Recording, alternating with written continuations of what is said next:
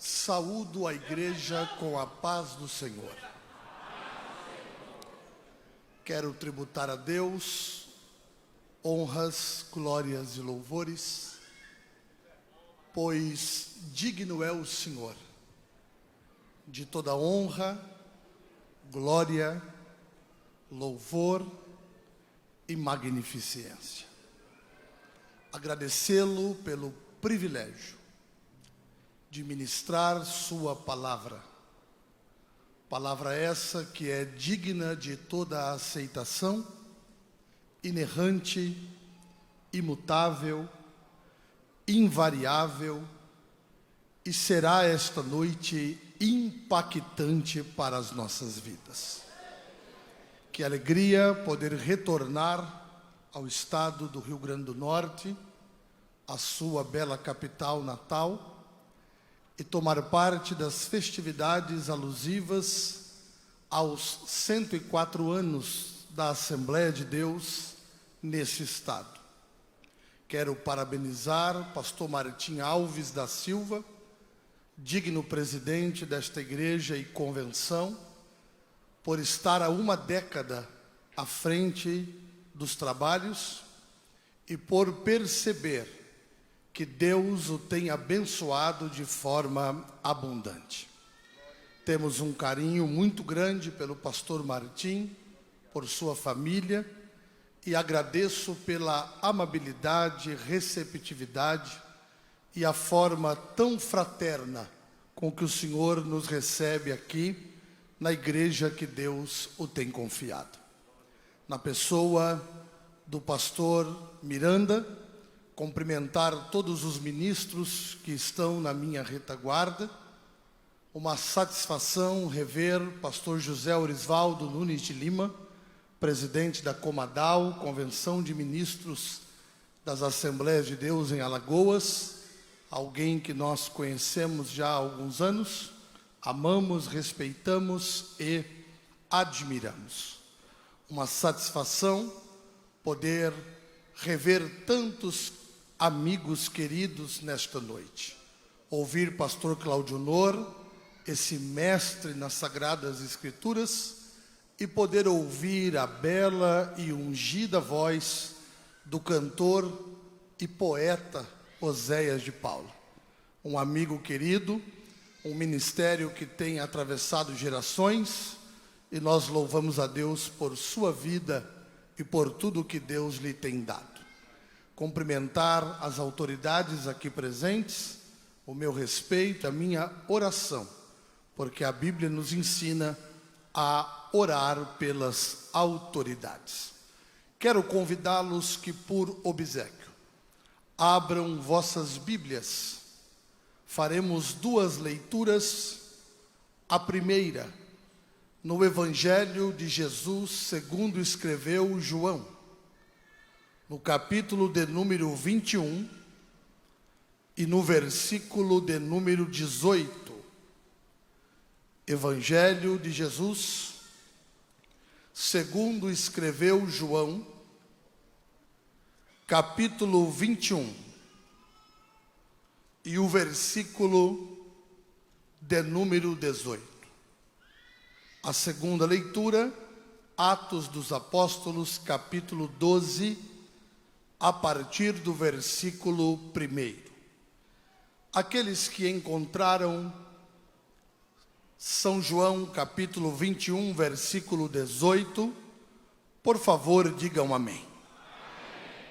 Assim está escrito: na verdade te digo que, quando eras mais moço, te cingias a ti mesmo e andava por onde querias.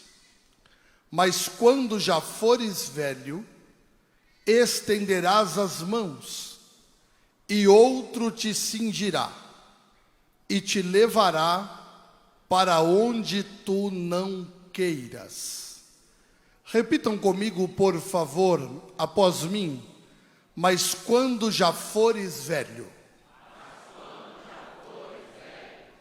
Agora diga: a força da promessa. Atos dos Apóstolos, o livro histórico do Novo Testamento, escrito pelo médico amado e evangelista Lucas, capítulo 12, versículo 1 a seguir. Assim está escrito: por aquele mesmo tempo, o rei Herodes estendeu as mãos sobre alguns da igreja para os maltratar. E matou à espada Tiago, irmão de João. E vendo que isso agradara aos judeus, continuou, mandando prender também a Pedro. E eram os dias dos asmos. E havendo-o prendido, encerrou na prisão, entregando-o a 4 quaternos de soldados, para que o guardassem, querendo apresentá-lo ao povo depois da Páscoa. Pedro, pois, era guardado na prisão, mas a igreja fazia contínua oração por ele a Deus. E quando Herodes estava para o fazer comparecer, nessa mesma noite, eu quero parar aqui para continuar a leitura e fazer-vos uma pergunta. Nessa mesma noite, se você puder, e isso não te constranger, pergunte para quem está ao seu lado, como seria a sua noite hoje, sabendo que você pode morrer amanhã?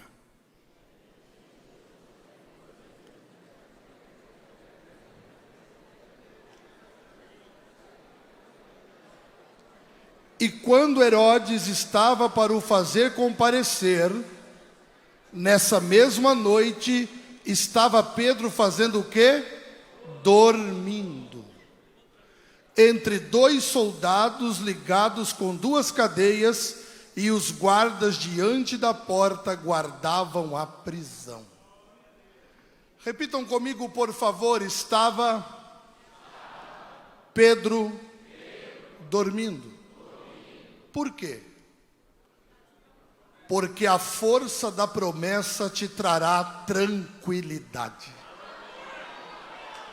Eu vou repetir, e se você tem uma promessa, libere o primeiro glória a Deus deste sermão.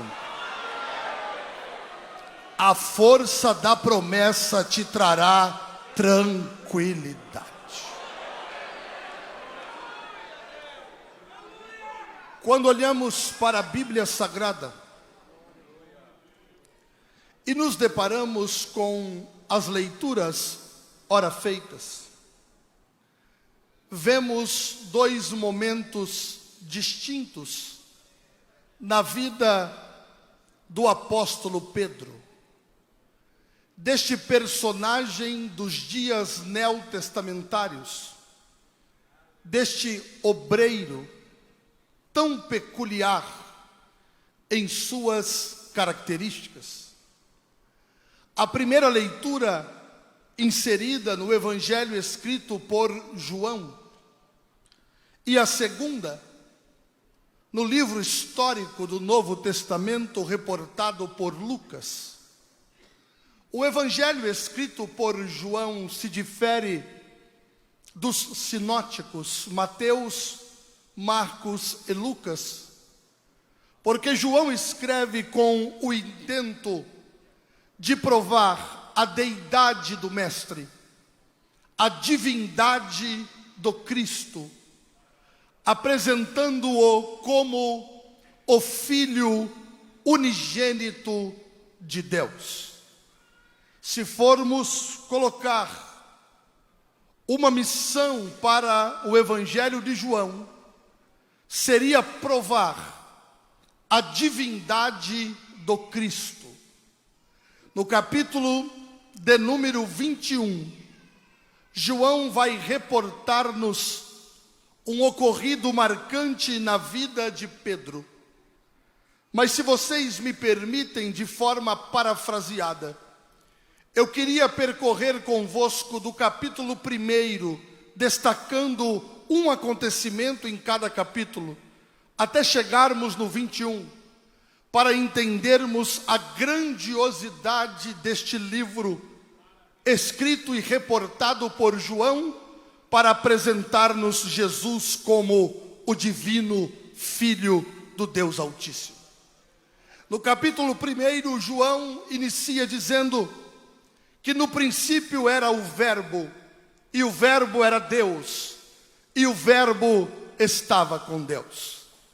Se Gênesis capítulo 1 é princípio da criação, João capítulo 1, princípio da eternidade. Se é que eternidade tem princípio, João diz que no princípio era o Verbo, e o Verbo era Deus, e o Verbo estava com Deus. E o Verbo habitou entre nós, e vimos a sua glória, como a glória do unigênito do Pai, cheio de graça e de verdade. Todas as coisas foram feitas por Ele, e sem Ele, nada do que foi feito se fez. No capítulo de número 2, João nos reportará o primeiro milagre realizado por Jesus em uma festa matrimonial, uma festa de casamento. Eu devo dizer com muito cuidado, mas devo dizer, Jesus não fez o primeiro milagre na festa de casamento por acaso. Casamento é uma instituição divina. Casamento, nos moldes e parâmetros bíblicos, é um homem casado com uma mulher e uma mulher casada com um homem. E Jesus corrobora isso, fazendo o seu primeiro milagre em uma festa matrimonial. Havia acabado o vinho, mas Jesus transformou água em vinho. Água é elemento primordial para a sobrevivência. Vinho, símbolo da alegria. Esta noite, pelo Espírito, eu quero dizer-lhes que você não vai só sobreviver, você vai viver com qualidade de vida, porque Jesus vai fazer isso na sua vida. No capítulo de número 3, Jesus instrui Nicodemos a respeito do novo nascimento. No capítulo de número 4, Jesus vai mudar a vida da mulher samaritana radicalmente, a ponto dela largar o cântaro, porque ouviu falar de uma fonte. Quem um dia ouviu falar de fonte, nunca mais vai se contentar com um cântaro. Eu vou repetir isso. Quem um dia ouviu falar de fontes de água viva, nunca mais vai querer viver de cântaro. Porque cântaro enche hoje, amanhã está vazio. Agora a fonte tem água abundante todos os dias. No capítulo de número 5, Jesus vai curar o paralítico no tanque de Betesda. No capítulo de número 6, Jesus vai multiplicar os pães e os peixes. No capítulo 7, e eu preciso dizer isso com cuidado, mas foi uma revelação do Espírito, Jesus sofre com a incredulidade dos seus irmãos. Se até Jesus sofreu com isso, você acha que nós não sofreremos? Pare de dar tanta importância ao que os outros acham. Se estão falando de você e você não deve, levanta a cabeça e caminha, porque Deus vai guardar a sua vida. O importante não é o que dizem. O importante é quem você é em Deus. Meu pai faleceu muito jovem, com 39 anos de idade, de câncer. Papai tinha o conhecimento empírico, o conhecimento da vida. Ele era um motorista de carreta. E ele dizia sempre para nós: filho, enquanto a caravana passa, a cachorrada vai latindo. Deixa quem quiser falar, falar. O que importa não é o que os outros acham. O que importa é que Jesus gostou de você, te fez uma promessa e colocou você aonde você está.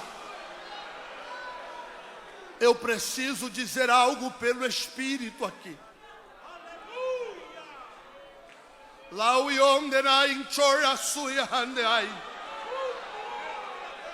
O que os outros falam não mudará nada na sua história. Não mudou no ministério de Jesus e também não mudará no seu. E eu estou recebendo uma palavra profética para dizer a alguém aqui: estão torcendo para dar errado, mas até o que era para dar errado vai dar certo, porque Deus está neste negócio.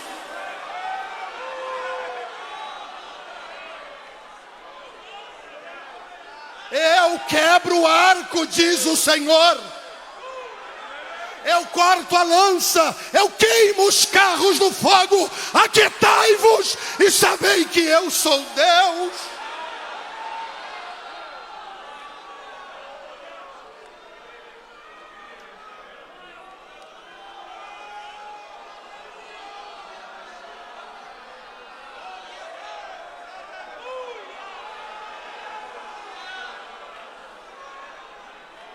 Eu não sei se você pode liberar esse grito de vitória que está entalado na sua garganta há tanto tempo, mas aquilo que fizeram para te amaldiçoar, Deus vai reverter em bênção. Não dá para amaldiçoar quem Deus abençoou.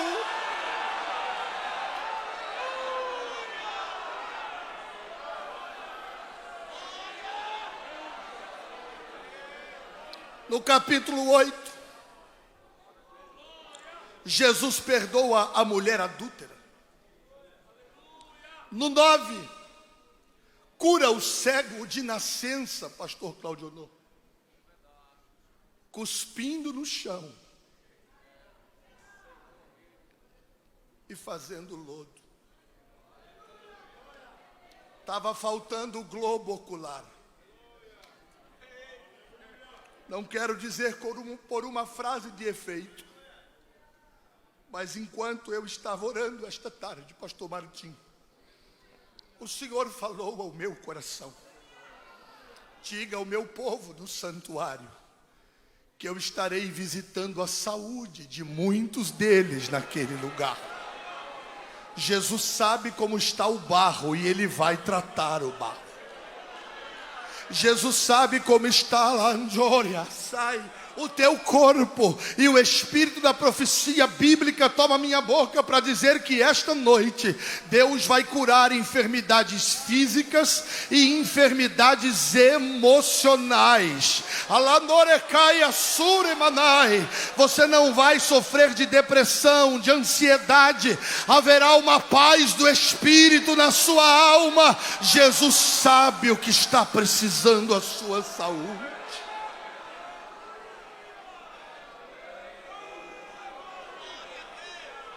Tem gente recebendo graça de Deus, de bálsamo, de Gileade nas emoções desta noite. Recebe esta palavra profética, reprime a voz de choro e solta esse brado de adoração, porque o tempo de cantar chegou e prisões serão abertas esta noite.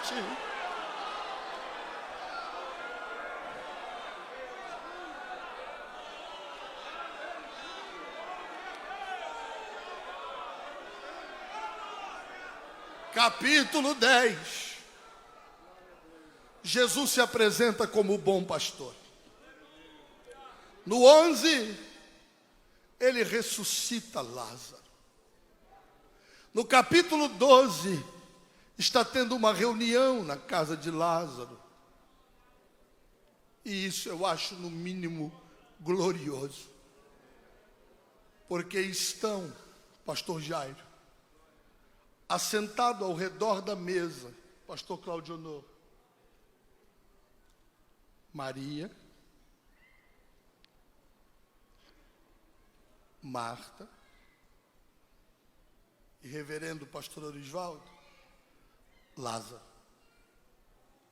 O que é de espetacular? No capítulo 11, estava morto, cheirando mal, 4 dias. No 12, está sentado na mesa com Jesus.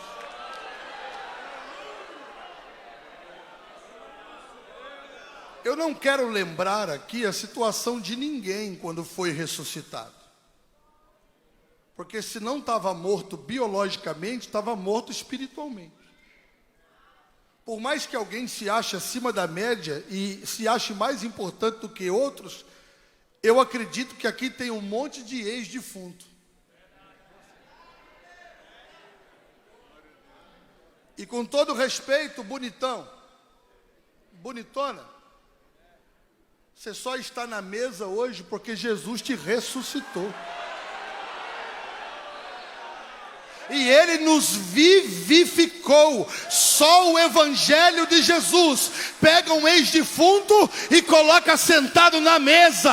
Adore a Deus esta noite, porque você está sentado na mesa. Aí a irmã de Lázaro entende que tinha motivos para adorar. Ela diz, espera aí, esse negócio tem que ter gratidão. Ela levanta, pega um perfume caríssimo, pastor Oséias, e começa a ungir os pés de Jesus. Aí o cheiro do perfume tomou conta de toda a casa. Faz assim comigo, ó.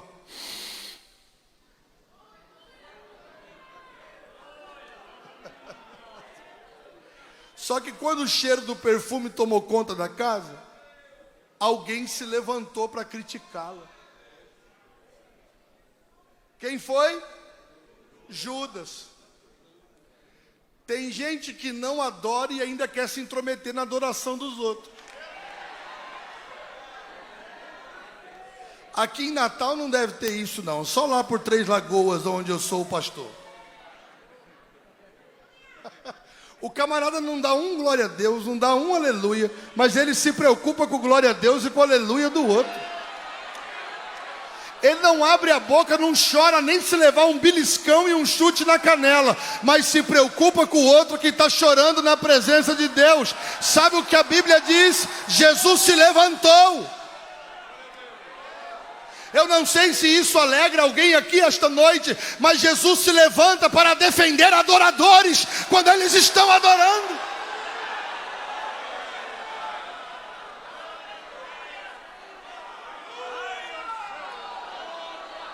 Aleluia!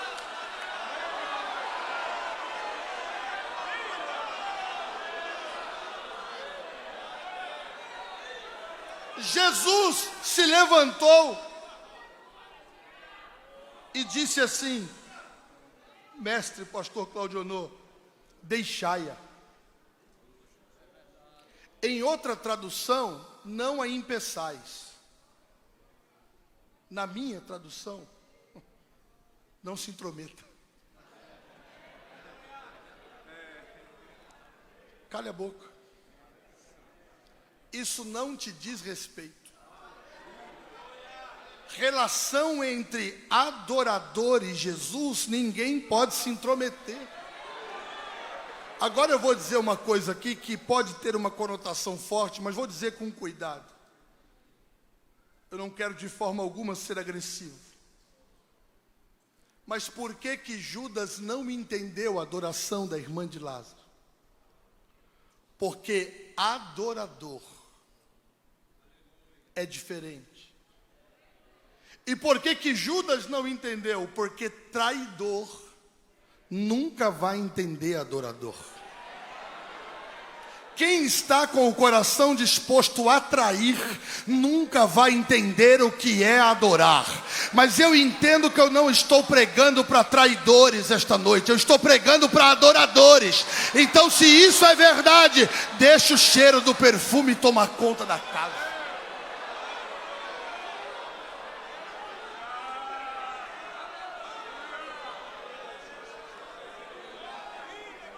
Jesus é tão lindo que no capítulo 12 ele tem os pés ungidos, mas no capítulo 13 ele lava os pés dos discípulos. Porque tem gente que ele só quer ter o pé ungido, mas ele não quer lavar o pé de ninguém, não. Tem gente que só é bom quando é para ele. Se não for para ele, ema, cada um com os seus problemas. Ele só quer ter o pé ungido. Mas aí Tiago disse que Deus resiste ao soberbo, mas ao humilde Deus dá graça. Pastor Martim, o senhor me permite fazer uma ilustração aqui? Eu posso? Eu trouxe o pastor Robson, ele vai me ajudar nisso aqui. Pastor Robson, vem aqui, por favor, meu filho. Põe a barriga para dentro, o peito para fora. Isso. Glória a Deus. Pastor Robson é um sargento da Polícia Militar. Meu companheiro viaja comigo, quando a irmã Paola não pode. E ele não tem nada de soberbo, por isso que eu estou chamando ele para essa ilustração, pastor. Diga comigo, Deus resiste ao soberbo, mas ao humilde, Deus dá graça. Eu fui estudar e tentar entender a palavra resistir ao soberbo. E no original grego ela dá a conotação de não deixar passar. Faz cara de soberbo assim, Robson, soberbo. Isso. Já viu alguém assim? Se eu não pregar, ninguém prega. Se eu não ensinar, ninguém ensina. Se eu não cantar, ninguém canta. Soberbo. Aí, o soberbo, ele tem tudo para dar certo. Só que ele não dá certo. Por quê? Porque Deus resiste. Deus não deixa ele passar. É mais ou menos assim, ó. Vem passar para cá. Deus coloca a mão no peito do camarada assim e segura. Faz força. Mais força. Mais força. Deus não deixa passar. Segura. Aí ele culpa o pastor, ele culpa a convenção, ele culpa isso, ele culpa aquilo. Mas não é, rapaz. Deus sabe que se ele te der um tijolinho, você vai querer fazer um palanque. Então ele segura, porque ele não deixa o soberbo passar. O soberbo, Deus resiste. Agora, pastor Robson, vire de costa para mim. De costa. Pode confiar, sou seu pastor. Isso aí. O soberbo, Deus segura aqui, ó. Agora o humilde, pastor Claudio Honor, a mão de Deus sai daqui e vem para cá. Eu nem expliquei e vocês já entenderam. Pensa num povo bom de pregar. Ao humilde Deus resiste, não deixa passar. Ao soberbo Deus resiste, não deixa passar. Mas ao humilde Deus dá graça. A palavra da graça ali no original é ser favorável. Ajudar a caminhar, levar adiante. Será que tem alguém aqui como eu, que tinha tudo para dar errado, que tinha tudo para não chegar a lugar nenhum, mas é humilde, depende de Deus. Aí Deus pegou você, pôs a mão nas suas costas e foi te levando, e foi te promovendo, e foi abrindo as portas. Será que tem alguém aqui que entende esta verdade?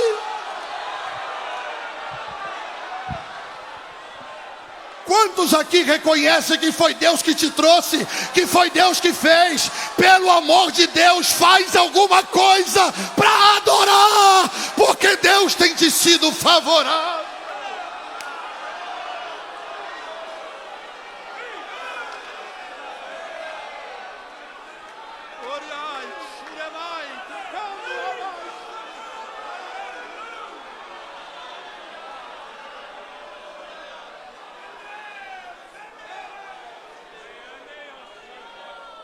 Eu farei mais do que tenho feito. Conheço a tua fidelidade, diz o Senhor. Esta crise que quer acometer tua alma, como acometeu a alma de Asaf no Salmo 73. Quando parece que os perversos se dão melhor do que os justos, Deus está dizendo a você: mantenha a tua fidelidade.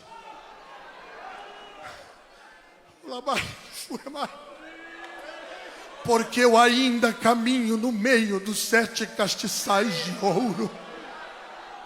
As estrelas estão na minha destra. Sou eu que ponho, sou eu que tiro. A obra é minha, sou eu que faço, sou eu que comando. Sou eu que tenho a prerrogativa eterna. E vou fazer mais do que tenho feito, diz o Todo-Poderoso.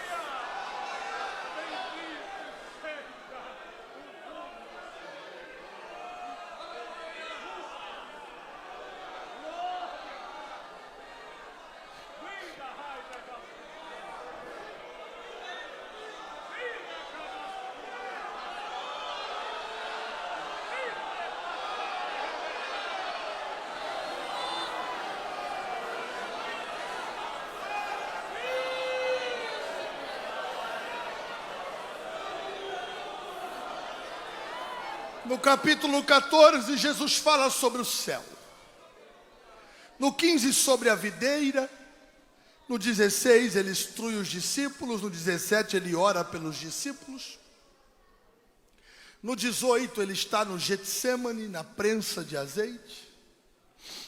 No 19, ele é crucificado. No 20, ele ressuscita. E no capítulo 21, ele aparece a Pedro, que está bem ruim nas suas emoções. Havia negado o mestre. Para muita gente, num linguajar nosso, o filme de Pedro estava queimado. Não servia nem para servir água mais para os discípulos.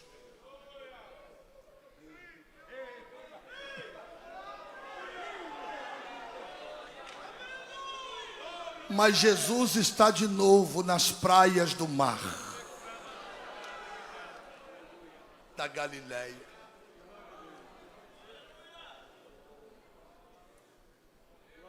Pedro, eu vou lhe restaurar, Pedro. Tu me amas? Te amo, mestre. Tu me amas, Pedro.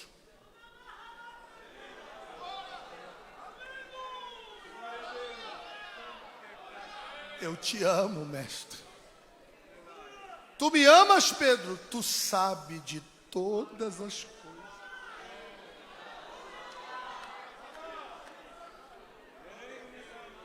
Jesus restaura Pedro e lhe faz uma promessa.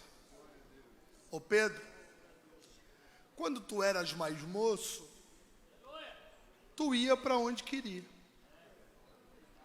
Mas quando tu fores velho, se é moço e vai ficar velho, é porque tem uma vida para viver. Eu tenho uma boa notícia para você que é jovem. Me pergunta qual? Tem pouco jovem aí. Você vai ficar velho. Mas ficar velho não é ruim. Isso denota que você viveu uma vida. Davi disse: fui moço e hoje sou velho. Mas nunca vi um justo e nem a sua descendência. Deus cuidou dele no interregno da sua vida toda. É uma vida cuidada por Deus. E quando tudo aqui terminar, os descendentes saberão que você foi alguém que plantou e que eles estão sendo abençoados pela sua fidelidade. Pedro, tu vai ficar velho. E quando tu ficar velho, outros te cingirão e te levarão para onde tu não queiras. Isso Jesus dizia a respeito da morte que Pedro havia de morrer. O seu martírio. Porque Pedro foi crucificado de cabeça para baixo. Para concluir, e concluo dentro de 5 minutos, Jesus fez uma promessa para Pedro. E nós temos que entender que promessa de Jesus se cumpre. Muitas vezes perdemos a paz, perdemos o equilíbrio pelas pressões externas. Mas o que foi que Jesus te disse? Qual é a promessa que permeia sobre a sua vida? Qual é a promessa que está sobre a sua cabeça? Promessa feita por Jesus, ninguém vai poder invalidar. Atos dos Apóstolos começa, Lucas coloca em ordem os fatos ocorridos, com o apoio de Teófilo. É escrito o livro histórico do Novo Testamento. Capítulo 1, a ascensão de Jesus ao céu. Capítulo 2, o famigerado dia de Pentecostes. Capítulo 3, Pedro e João estão juntos, sobem para a oração, e o coxo que estava na porta do templo, chamada Formosa, é curado. Pedro e João estavam juntos. Pedro e João estavam. Eu não vejo ninguém mais diferente de temperamento entre os discípulos do que Pedro e João. Mas eles estão juntos. Sabe por que muita coisa hoje não está acontecendo no meio eclesiástico de bom e deveria acontecer? Porque nós estamos nos separando muito fácil. Qualquer coisinha nos separa. É uma rixinha aqui, é uma picuinha ali, é outra coisinha ali, e nós vamos nos separando. Mas vamos entender uma coisa: aquilo que nos une é maior do que aquilo que possa nos separar. E Pedro e João estão juntos. O coxo é curado. No capítulo 4 de Atos, eles estão perante o Sinédrio. No capítulo 5, Ananias e Safira vão morrer por mentirem. No capítulo 6, a instituição dos diáconos. E no capítulo 7, o diácono das palavras eloquentes, Estevão, está cumprindo o seu ministério e pregando. Morreu, mas cumpriu o desígnio que recebeu do Senhor. E eu fiquei pensando em algo que me deixou impactado. Morreu vendo o céu aberto. Tem gente que vive a vida toda com o céu fechado. É melhor morrer com dignidade vendo o céu aberto do que viver uma vida toda sem receber nada de Deus, com um ministério medíocre e com o céu fechado. Mas ele pregou a mensagem e depois morreu. No capítulo 8, o evangelho chega em Samaria. No capítulo 9 de Atos, Saulo de Tarso se converte. No capítulo 10, o avivamento na casa de Cornélio. E no capítulo 11, Pedro teve que se justificar pelo avivamento e explicar à igreja em Jerusalém. E a explicação dele é no mínimo gloriosa, porque ele diz: gente, enquanto abria eu as escrituras e falava a palavra, caiu sobre eles o Espírito Santo. E toda a casa de Cornélio foi cheia da presença do Senhor. No capítulo 12 eu concluo. Herodes matou Tiago. Pedro é o próximo da lista. Está dormindo, guardado por 4 quaternos de soldados. A Bíblia não diz, é só uma conjectura. Quem sabe alguém olhou para Pedro e falou: como que esse louco dorme? Sabendo que amanhã ele pode ser o próximo. Tiago já foi, ele é o próximo da lista. Se alguém tocasse em Pedro e dissesse: Pedro, o que acontece contigo? Que confiança é essa? Rapaz, Jesus falou que eu ia viver mais um pouquinho. Ele disse que eu ia ficar velho. E eu ainda não estou na idade de estar velho. Então se ele disse que eu vou ficar velho e vou viver, Herodes não vai me matar antes da hora. A força da promessa me traz tranquilidade. Descansa no Senhor, porque a promessa está de pé. Nada vai acontecer fora da vontade de Deus. Eu vou repetir isso aqui porque alguém precisa ouvir para ser renovado em suas convicções. Se ele falou que vai viver, vai viver. Se ele falou que vai prosperar, vai prosperar. Não tem Herodes na terra que vai mudar aquilo que Deus estabeleceu. A força da promessa te trará tranquilidade Deus te abençoe.